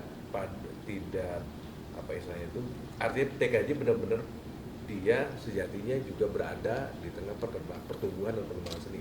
Seperti yang tadi saya ceritakan itu kan di awal. Bagaimana sih DKJ juga ada di 17-an itu saya membayangkannya. Bagaimana sih DKJ harus ada di isu-isu keluarga gitu loh. Yang masing-masing wilayah kan berbeda-beda. Bahkan di Pulau Seribu kan nggak pernah kesentuh. Ya. Padahal ternyata kalau kita kulik dia lewat seni banyak sekali ininya itu potensinya yang membuat dia percaya diri gitu. Nah di situ sebetulnya saat yang bersamaan negara makin banyak aturan, kita tiba-tiba berada di mana nih? Bagaimana aturan yang ada di Pergub ini yang katanya kita menyusun rancangan, mensupervisi, meningkatkan apresiasi masyarakat, menyalurkan seni yang baik ke masyarakat, di mana atau seberapa luas kita bekerja, dengan siapa kita bekerja, gitu loh. Nah, dalam 23 tahun terakhir ini kan hanya berada dalam 7 hektar kompleks ini. Tapi di dalam aturannya kita sesungguhnya juga sejatinya berada di tengah-tengah mereka. Tapi karena aturan begitu banyak, maka akhirnya kan yang harus kita lakukan adalah datangi, bernegosiasi, memastikan bahwa you juga bisa kerjasama dengan Dewan Kesenian akan memberikan arahan, memberikan masukan gitu loh, untuk misalnya seperti tadi Mbak Evi bilang kenapa harus ada di daerah Lenteng itu kan yang dicat rumah warga gitu kan, itu kan sebetulnya bagian juga dari keinginan dari DKJ juga memastikan apa yang dimural di jalan-jalan, apa yang dicat di situ DKJ bersiap untuk menjadi bagian dari yang mitra kerjanya. Dinas Kebudayaan tentu jadi mitra utamanya juga, tapi pengen juga di Sparakraf, Diskomin Politik, ke seluruh SKPD lah kalau dalam konteks pemerintahan ya. Nah, bagaimana DKJ menjadi bagian dari mereka semua, tapi kan juga mereka punya aturan-aturan, punya pergub yang beda-beda nih. Kalau kami membayangkannya kami bisa bekerja sama DKJ, dalam artian DKJ bisa bekerja sama dengan siapapun ketika kami hanya memposisikan hanya sebagai supervisi, sebagai yang mengkurasi misalnya gitu ya, yang ikut menyusun, memberikan arahan dan nasihat. Nah, tapi kan satu sisi di pihak yang lain mereka hanya memastikan kami salah satu. Jadi tidak mesti diterima saran dan masukannya, hanya salah satu. Bahkan juga di satu pergub kita hanya jadi lembaga kesenian atau bahkan pelaksana kegiatan. Ini kan sebetulnya bagaimana? Mereka ini birokrat nih. Iya, dalam pengertian di beberapa aturan gitu loh, di beberapa pergub yang di luar pergubnya DKJ aja gitu ya. Maksud saya itu di DKJ kan jelas sebagai pembuat kebijakan, sebagai mitra gubernur, ya kan, sebagai perancang, sebagai penyusun dan seterusnya. Yang logika kerjanya kan sebetulnya dia harus ada di RPJMD, dia harus ada di RPJMN jangka panjang dan seterusnya gitu ya. Dia berarti harus ada di setiap SKPD bekerjanya gitu loh, untuk memberikan masukan dan seterusnya kaitannya dengan seni. Tapi pada pihak yang lain itu kan tidak bekerja, pergubnya tidak sama, ya kan. Ini hanya sebagai salah satu lembaga, bahkan satu komunitas seni yang bisa diterima, bisa tidak masukannya. Gitu. Pada posisi yang sederhana itu seperti itu. Jadi berbeda. Berarti tidak di DKJ tidak terlibat di dalam rancangan JMD. JMD. Namanya enggak. Nah, ini yang sedang diperjuangkan oleh generasi dari periodenya Pak Danton, ya kan, yang periode tahun lalu itu bagaimana kita bisa untuk masuk dalam rancangan. Sekarang lagi di RPJMD. Tapi juga belum dilibatkan. No. Belum. Ini sedang kita upayakan itu lewat Bapeda. Tapi penasaran sih Mas, tadi Mas Babang cerita bahwa poinnya bahwa kalau memang berjalan sesuai titahnya atau mandatnya Pak Alex tadi, ya memang posisinya setinggi itu gitu, bahwa kita terlibat dalam berbagai macam kegiatan kebudayaan atau kesenian yang ada di Jakarta gitu. Tapi karena hari ini kan kita sebenarnya mau tes nih tema yang kita mau angkat tahun depan gitu, tapi dengan angle seperti itu, mengembalikan fitrah DKJ sebagai lembaga yang memang terlibat dalam berbagai macam acara kebudayaan seperti itu, apakah itu nggak terlalu self serious Mas, karena tadi berdasar pemaparan Mas Pak De juga gitu bahwa ya masyarakat bisa jalan sendiri kok sebenarnya gitu. Aku penasaran, ini kan kita mau testing nih, aku penasaran kalau dari kacamata Mbak Evi atau Mbak Lisa gitu melihat positioning yang kita mau arahkan ke sana tuh seperti apa menurut Mbak? Apakah ada tendensi jadi megalomaniak juga ternyata gitu? Aku Iya, menghindari jangan. kita menghindari itu kan, Itu makanya kita pengen mandatnya nggak bisa diskusi. direvisi ya. Kok ngeri gitu. Makanya Oh sekarang udah berubah memang. Udah berubah. Udah berubah, Nggak tidak lagi tidak segagah itu. Itu Iya, yang makanya kemudian jadi ke Iya. belakangan makin menyusut. Saya bilang makanya kemudian kita hanya berkonsentrasi dalam 2-3 bulan ini seolah hanya ngurusin 7 hektar ini persoalannya. Nah, tapi kalau pengen dikembalikan lagi, tadi apakah Walaupun beberapa poinnya juga sebetulnya kita mestinya ya memantau kegiatan kesenian Jakarta, gitu loh, kerjasama. Iya, kalau terlalu sentralistik gitu, DKJ tertinggi terus semua itu kok kayaknya nggak sanggup juga gitu kan, satu itu yang ngomongin sanggup, kedua kok kayaknya siapa sih gitu, ngeri amat gitu, udah nggak zaman. Kalau zaman Orba Kalau boleh siapa lah. sih Bapak kita tahu. Tapi siapa sih Dewan Kesenian? Iya, itu kan? ngatur-ngatur kita gitu ya, Nah. ngatur-ngatur sanggar akar mau ngapain kan nggak bisa juga ya. Tadi yang Hafiz bilang sih arm's length itu ya, Ya. dan bahasa kebijakan yang revolusioner itu ya di Undang-Undang Pemajuan Kebudayaan ya. Jadi yang diwajibkan itu dan diharuskan itu negaranya. Jadi yang diatur itu kan negaranya. Sebenarnya bagaimana pemerintah menyalurkan uang rakyat ini kan sebenarnya. Ini yang itu yang disebut sebagai uang rakyat itu. Ya, terus kemudian dirampok jadi uang pemerintah dan uang pribadinya bupati, uang pribadinya wali kota, uang pribadinya gubernur di seluruh Indonesia, nggak hanya di Jakarta. Uang pribadinya presiden, uang pribadinya siapa-siapa itu sebenarnya nggak hanya di kesenian gitu. Akhirnya memang uang banyak dari kita warga kayak Pak De tadi juga nggak nyaman ya sebenarnya gitu dapat uang dari dinas tuh ya, karena Iya. kayak ada buntutnya gitu. Ya, karena ini praktek yang pernah jadi tahun berapa itu kami menolak. Iya, karena Jadi kayak menolak, ada jadi begini, jadi ternyata itu sudah karena dananya cukup besar. Jadi kami bikin keramaian lah di sini kan ya.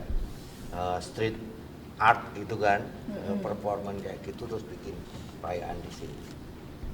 Kita nggak tahu tiba-tiba itu ada di dalam program dari Dinas Kebudayaan DKI, ya kan?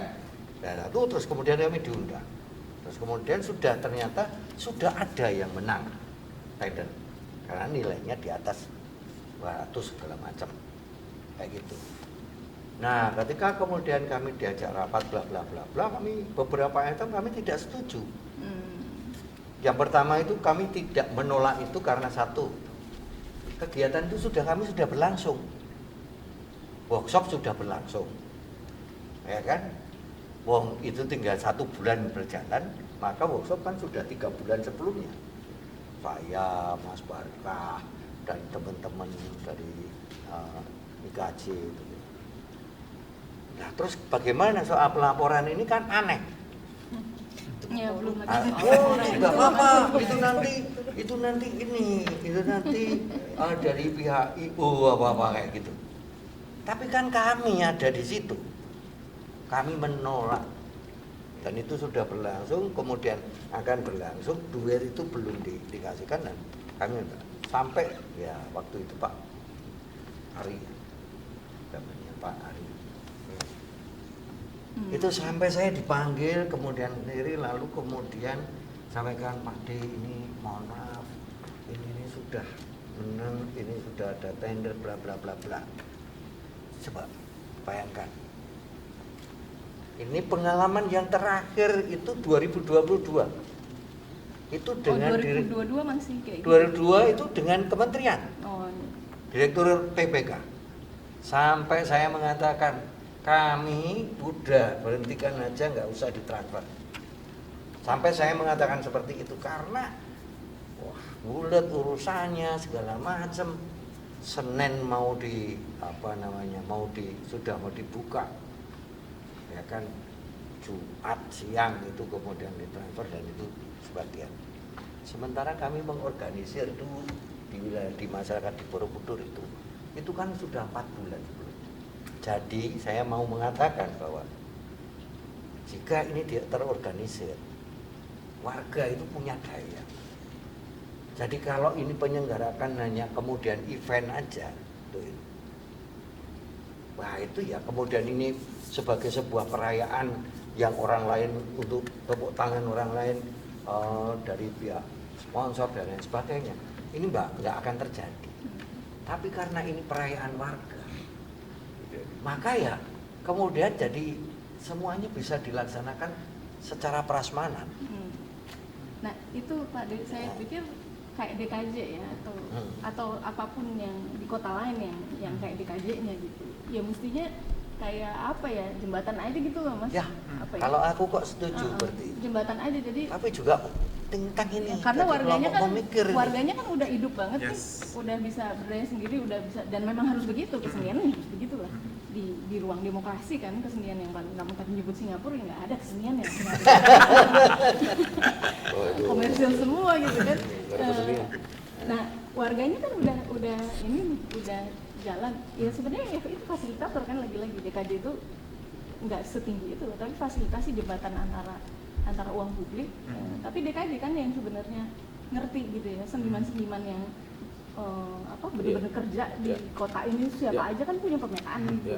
DKJ ya itu yang nyalurin gitu kan, yang berkomunikasi, yang terus kemudian memfasilitasi. Ya bukan hanya fasilitator, bukan hanya atau menjadi jembatan, bukan hanya dalam konteks pendanaan semata, tapi juga kemudian memberdayakan warga itu untuk kemudian kan penting juga untuk fasilitasi warga, memantik warga supaya kemudian dirinya yang menjadi lebih.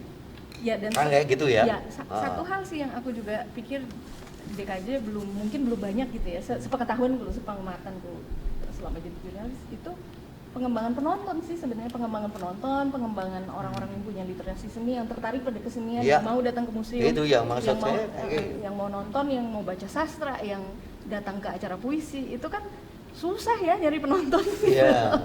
Itu juga ya, terus jadi kerjaannya jadi banyak. Boleh. Ya, jadi kan juga tadi Mbak Elisa ngingetin ya bahwa berkesenian itu ya tidak kemudian gampang dibilang itu seni. Bahwa seni itu kan dimensinya banyak.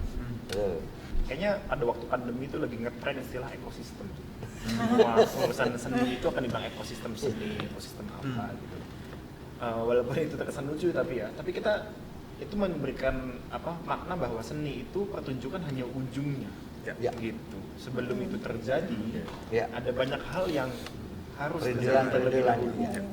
Dan bahkan kan kalau nggak salah ada yang sampai bikin diagram itulah. Ada yang bilang itu rantai nilai, kalau dia bilang gitu kan, bahwa ketika seni itu sudah sampai produk, gitu, maka itu sudah siap di tanda kutip ya, ditunjukkan kepada si pemirsa atau konsumen. Tapi ini kan akan berputar kembali menjadi karya baru, gitu kan? Mungkin pertunjukan yang itu bersentuhan dengan penontonnya, memantik si seniman untuk karya yang itu ternyata ketika ketemu sama penonton yang begini bisa diubah nih, akan memantik produksi baru, ada distribusi baru, gitu, ada konsumsi baru, muter terus. Nah, tapi rantai nilai ini mungkin yang bagi pasar dianggap ini bisa nih kita biayai. Tapi yang kadang orang lupa, di tengah rantai nilai ini kan ada hal-hal yang di luar. Contoh, kalau seni yang ngomongnya pengarsipan, gitu. Terus tadi literasi penonton, pengembangan penonton. Iya, kalau Martin Sorojaya kan bilang lama-lama seni itu nggak ada kurator, adanya algoritma. Karena begitu dilepas ke pasar, nggak perlu lagi tuh ada music director. Algoritma Spotify cukup untuk bisa mengatur musik apa yang ngetren misalnya gitu ya. Nah itu yang kemudian negara harusnya hadir di ruang-ruang kosong di mana pasar ini tidak ada. Kalau untuk produksi misalnya, ya pasar bisa membiayai karena dia tahu bahwa ini bisa diputar uangnya. Produksi film dijual ke bioskop, aku bisikin produksi film lagi. Tapi pengarsipan film ini kan untuk pasar tidak ada nilainya gitu. Kalau mereka tadi ya politik toko kelontong tadi. Nah disitulah kemudian ruang-ruang kosong ini negara harus hadir. Dia yang kemudian melihat apakah inisiatif warga tadi ada atau tidak. Ketika inisiatif warga ini ada, maka dia harus merekrut inisiatifnya. Ya, katakanlah pengarsipan, ada nih warga yang kemudian kita arsipkan di percakapan. Kalau warga disuruh berdaya sendiri tanpa dukungan pemerintah nggak usah ada. Kasarnya gitu ya. Oh, warga sendiri kok yang mengerjakan. Nah itu yang kalau di kami koalisi ini bilangnya itu kasarnya ya, seni itu ya kayak ayam kampung. Enak banget ketika udah jadi ayam goreng, tapi begitu dia lagi lari-lari cari makan ya lepas aja udah. Itu kan kemudian oleh pemerintah Indonesia melihat seni kayak gitu. Inkubasi seniman mulai dari dia milih mau seninya apa, musik misalnya. Oh saya mau main gitar deh, beli gitarnya, lesnya, beli CD-nya untuk dia memperkaya referensi, manggung pertama kali, belajar masuk studio, tidak ada negara hadir. Begitu dia sudah jadi bintang di luar negeri, tiba-tiba negara datang nih. Luar biasa sekali ya talenta dari negara kita ini, gitu. Patut kita dukung, tapi dukungnya belakangan. Nah inilah kemudian kalau seni dipercaya sebagai pada publik, kita melihatnya besar gitu ya, dia potensi ekonomi gitu ya, sebagai medium memastikan check and balance negara berjalan gitu ya, suara rakyat bisa lebih besar, dia sebagai alat pendewasaan, maka harusnya negara tuh hadir itu tidak di ujung. Betul. Ya, dia hadir di semua lini, tapi ingat bahwa ada seujung gapayan tangan aja. Hadirnya kayak apalah gitu ya. Dia hadir bukan sebagai patron ya. Iya. Karena kan relasi patron klien dari namanya udah seperti pasar ya. Ada klien, ada si patron. Nah negara tidak boleh menggunakan. Dan kalau kita reduksi negara kita kecil kan menjadi kota, kabupaten gitu misalnya DKI Jakarta, maka seharusnya logika yang sama juga bekerja. Bahwa katakanlah DKI Jakarta ini kan unik ya, ada dokumen namanya pokok tiga kemudian ya kan. Kalau di luar wilayah urban kayak Jakarta gampang, tradisi apa nih yang paling menonjol. Jakarta kan tidak bisa menggunakan logika yang sama ya, bahwa di sini dalam melting pot banyak sekali kebudayaan yang macam-macam, ada yang populer, ada yang tradisi segala macam. Nah, seharusnya pemerintah DKI kan melihat mana-mana saja yang seninya ini sudah ada penopangnya, entah itu pasar, gitu ya, entah itu warganya, dan dia kemudian harus bisa melihat di mana sih saya menempatkan diri. Nah, mungkin di situ DKJ punya peran. DKJ ngasih tahu nih, ngebisikin Pemprov, itu nggak usah, misalnya ya, konser-konser kayak gitu udah bisa hidup dari tiketnya sendiri misalnya, tapi ya tolong dong menoleh ke sini gitu misalnya, bahwa inisiatif-inisiatif warga DKI yang ini yang kemudian seharusnya Pemprov hadir. Nah mungkin menurutku justru peran DKJ ada di sana, dan akan sangat sayang kalau terjebak dengan permainan pergubnya begini, pergubnya begitu, karena kita akan disibukkan dengan proses tawar-menawar di atas kertas walaupun saya orang hukum gitu, tapi sangat tidak suka gitu ya ketika instrumen hukum ini digunakan sebagai pengalih fokus. Jadi fokus seniman adalah berantem di meja kebijakan. Padahal seharusnya kan yang dilakukan adalah ya saya tidak peduli lah misalnya dengan apa yang tertulis di atas kertas. Tapi bagaimana kemudian si DKJ bisa bersuara bahwa seharusnya Pemprov melakukan ABC, bahwa dia seharusnya tidak fokus ke hal apa misalnya tadi menyediakan instalasi publik gitu yang seakan-akan dianggap memercantik kota, tapi nggak punya dampak buat warganya. Akan lebih baik dia melakukan hal-hal kecil, tapi warga benar-benar bisa merasakan. Contoh gitu ya, misalnya di ruang publik soal PMKS gitu kan, kalau dibilang apa anak jalanan segala macam, kata-kata kan misalnya bermusik di jalan nggak punya tempat. Nah mungkin kalau DKI kemudian bisa punya perspektif bahwa ruang publik juga ruang di mana mereka ini bisa berekspresi di sana, ya mungkin ada banyak masalah yang bisa selesai dari situ gitu. Ketimbang mereka menggelontorkan uang untuk naruh monumen tiba-tiba di perempatan mana gitu, atau ngecat flyover mana menjadi, kan suka ada tuh flyover dicat mendukung Pemprov gitu kan. Nah itu kan juga hal-hal yang menurut saya mubazir. Ya. Kalau dari Mbak Elisa gitu, dengan pola seperti itu sebenarnya infrastruktur kota Jakarta sendiri apakah memungkinkan gitu Mbak dengan pola-pola warga lagi semakin berkembang gitu, dan bagaimana sebenarnya si Dewan Kesenian Jakarta juga bisa memanfaatkan infrastruktur kesenian itu untuk supaya lebih dekat kepada publik. Sebenarnya semakin ini ya, ada kecenderungan dia semakin progresif gitu. Jadi paling gampang kita masih ingat nggak sama Citayam Fashion Iya. Week? Oh iya, iya. Itu terjadi di ruang publik yang sebetulnya ajaibnya dikelola sama BUMD MRT Jakarta, tapi dia di boundary di batas gitu. Itu di jalan, yang nggak ketahuan tanggung jawab siapa. Ruang publiknya yang taman yang cantik itu sama MRT Jakarta, jalannya tuh harusnya mungkin sama Bina Marga atau Bina Marga sih. Tapi karena dia di tengah-tengah gitu, ya pokoknya akhirnya bisa dimanfaatkan dan jadi itu aku nggak apakah kesenian atau ya itu kan bagaimana mereka secara kreatif ya melakukan suatu kegiatan gitu, dan itu jadi keseharian walaupun sebelumnya akhirnya dekooptasi dan akhirnya malah tiba-tiba hilang gitu Selesai, kayaknya selesai. ketika kooptasi. Nah tapi itulah menariknya Jakarta gitu, pada mereka ada orang yang mampu mengidentifikasi ruang itu, ruang yang publik tapi tidak terpakai atau tapi akhirnya bisa menjadi suatu tempat gitu. Nah Jakarta tuh ya begitu gitu, taman gitu, pada saat pemerintahnya meleng sedikit ada aja yang orang memanfaatkan taman, kayak Taman Suropati misalnya dulu di mana sekarang kan dimanfaatkan untuk tempat latihan, yang akhirnya diterima aja kan sama pemerintah gitu, nggak dilarang gitu dan sebagainya. Nah itu kan berarti memang terlepas dari ada pemimpin yang berusaha menaruh visi seni menurut dia yang bagus adalah apa, tapi di satu sisi juga warganya juga dengan mampu encroaching gitu loh, memakai ruang-ruang itu gitu dengan kreatif gitu. Nah lalu perannya DKJ itu di mana sebenarnya, balik lagi ke kotanya nih, kadang-kadang ya belum tentu semua seniman juga dia contohnya ya sebagai seniman tuh dia juga sensitif terhadap kotanya, karena tadi sekali lagi kota tuh punya konteks geografis ya, tiap kampung beda gitu. Kampung yang di Tomang sama kampung yang di Sunter beda gitu. Nah, apakah dia sensitif gitu? Karena kalau misalnya dia tidak sensitif, jangan-jangan jadinya cuma mural doang. Contohnya cuma mural doang tuh saya tergelitik gini ya. Di Rujak itu kan banyak berkegiatan di Jakarta Utara. Nggak tahu kenapa nih, mungkin karena tren perubahan iklim gitu ya. Aduh, banyak banget orang bikin mural di sepanjang tembok yang dibuat Kementerian PU yang apa namanya istilahnya tanggul laut itu, tanggul pantai, di mural dengan pesan-pesan perubahan iklim gitu. Ya udah gitu aja gitu, dan di depannya adalah kampung kumuh gitu loh.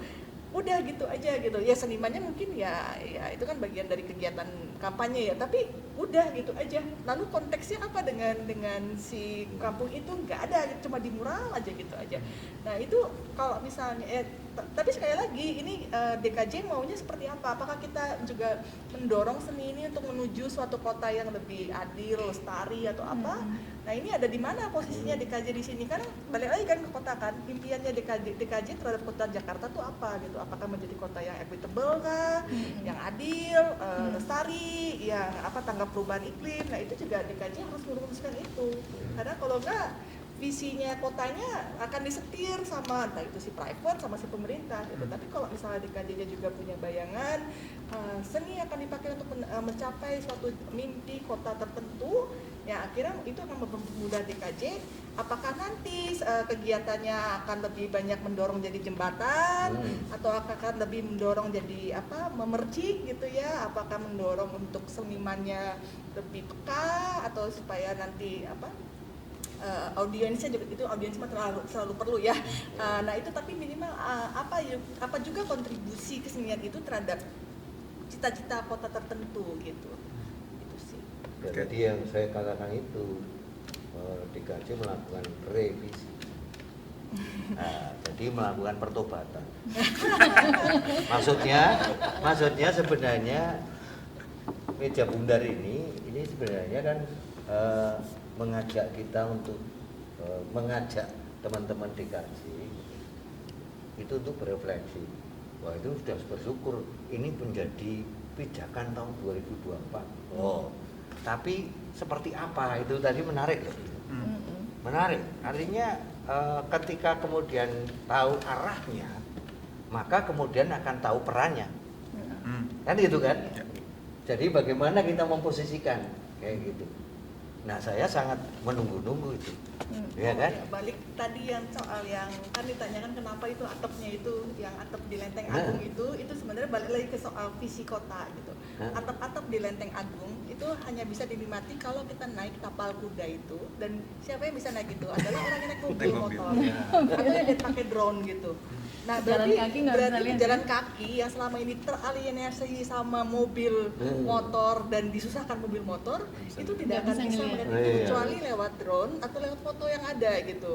Nah, ini yang akhirnya ya mungkin ya kayak kekurangan kritis gitu bahwa kenyataan Iya. bahwa Jakarta yang sudah dependen tinggi sama mobil motor akhirnya dirusak sama mobil motor, begitu bikin karya seni gitu atau apa gitu yang publik gitu coba bisa dinikmati sama mobil motor pada saat dia naik ke atas, dan itu kan juga di tapal kudanya sendiri juga digaung-gaungkan sebagai pencapaian engineering yang tertinggi atau apa, tapi bukan mobil motor gitu.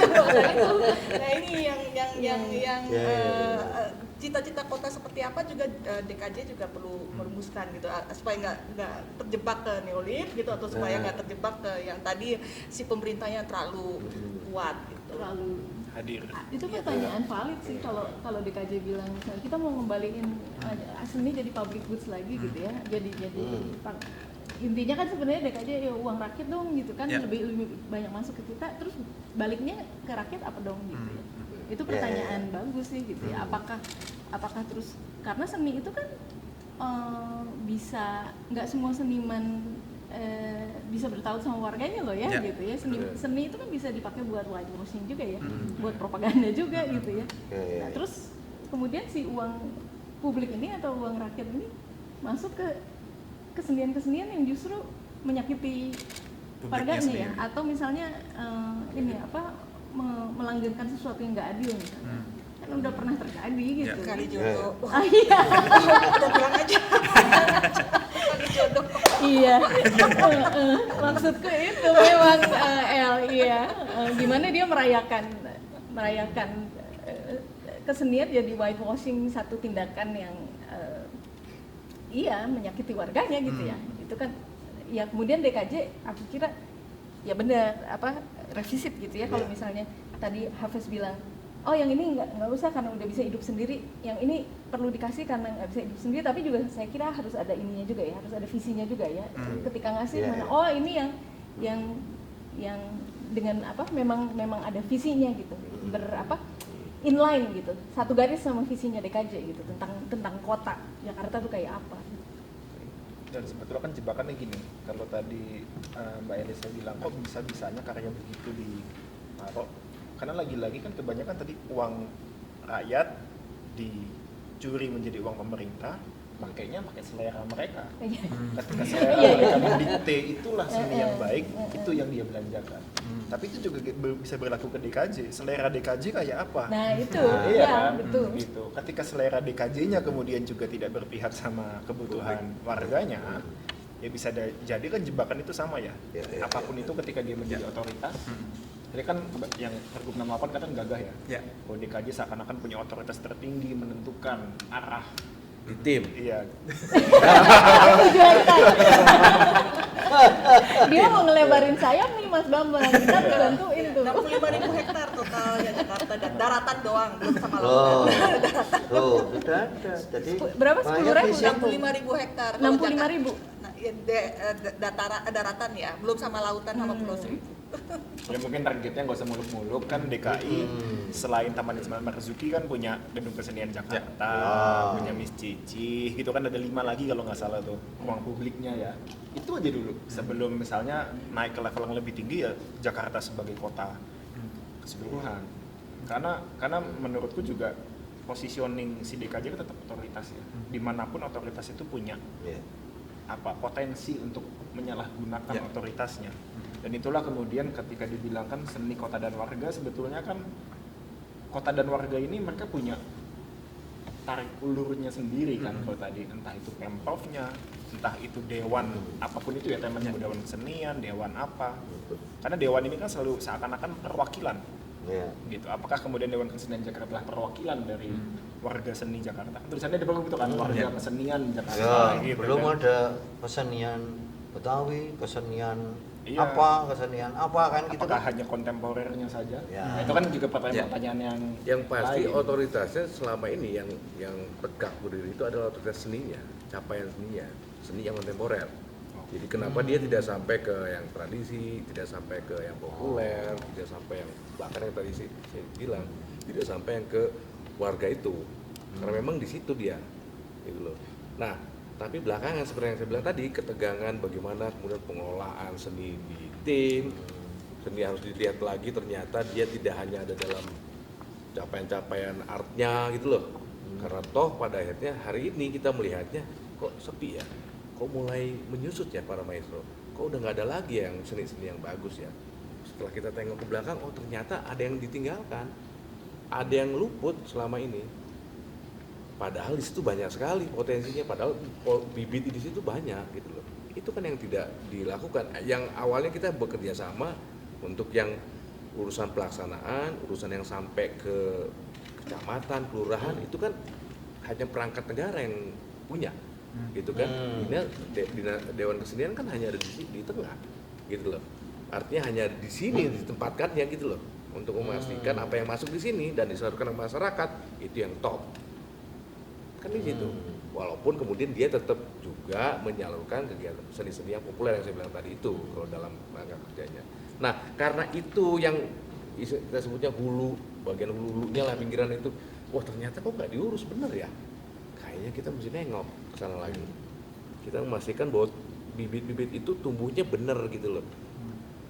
Bener dalam pengertian dia juga kemudian punya Jadi akar pohon, iya sama pohonnya daun. kemudian dia tumbuh dan seterusnya lah kayak gitu ya, karena dia punya ekosistem yang bagus. Kalau istilah yang belakangan itu udah nggak lagi takut sebagai seniman, udah nggak lagi khawatir gitu loh, misalnya kayak gitu loh, karena memang ada pihak-pihak yang lain yang pastinya akan mendukung kehidupannya dia gitu loh.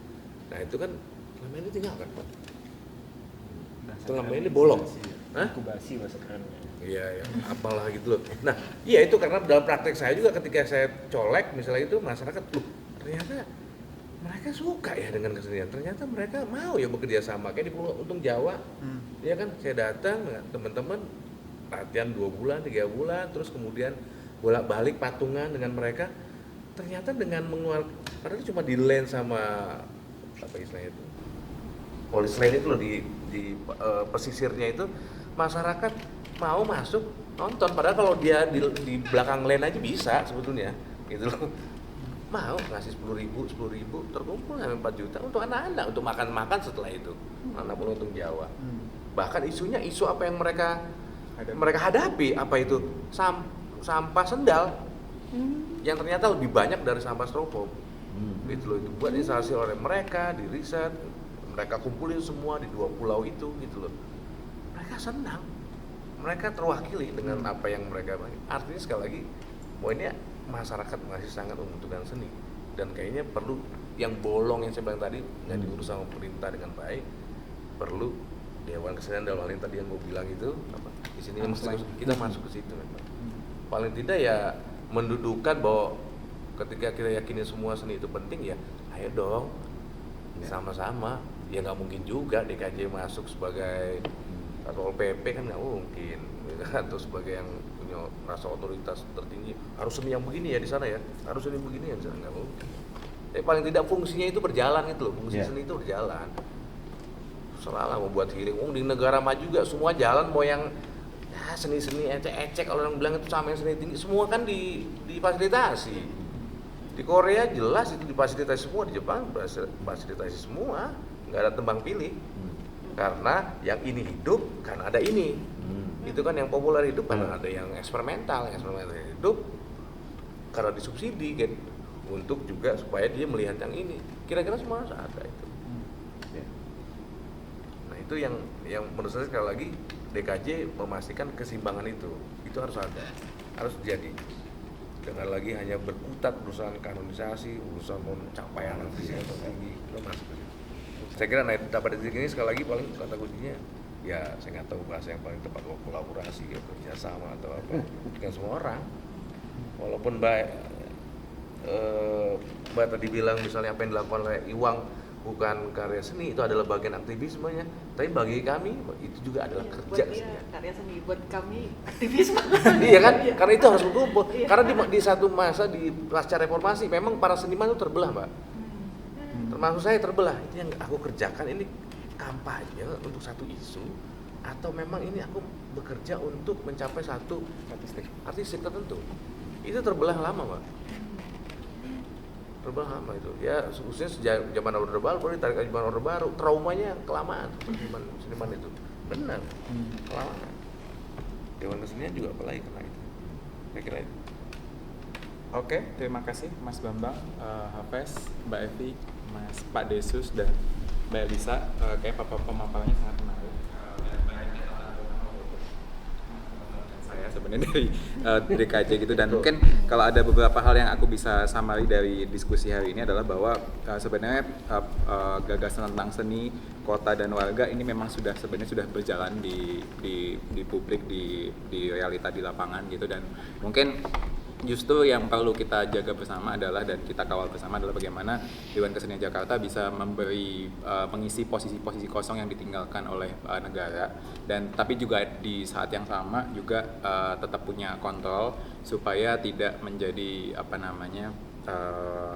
gagasan yang dilakukan juga masih berfungsi dan memang menjalankan apa yang dibutuhkan oleh publik gitu. Dan itu mungkin catatan, mungkin tolong ingatkan kami di Dewan Kesenian Jakarta untuk bisa tetap menjaga amanah itu untuk di tahun 2024. Sekali lagi terima kasih telah menonton sesi diskusi Meja Bundar Dewan Kesenian Jakarta dengan tema Seni Kota dan Warga, dan selamat malam.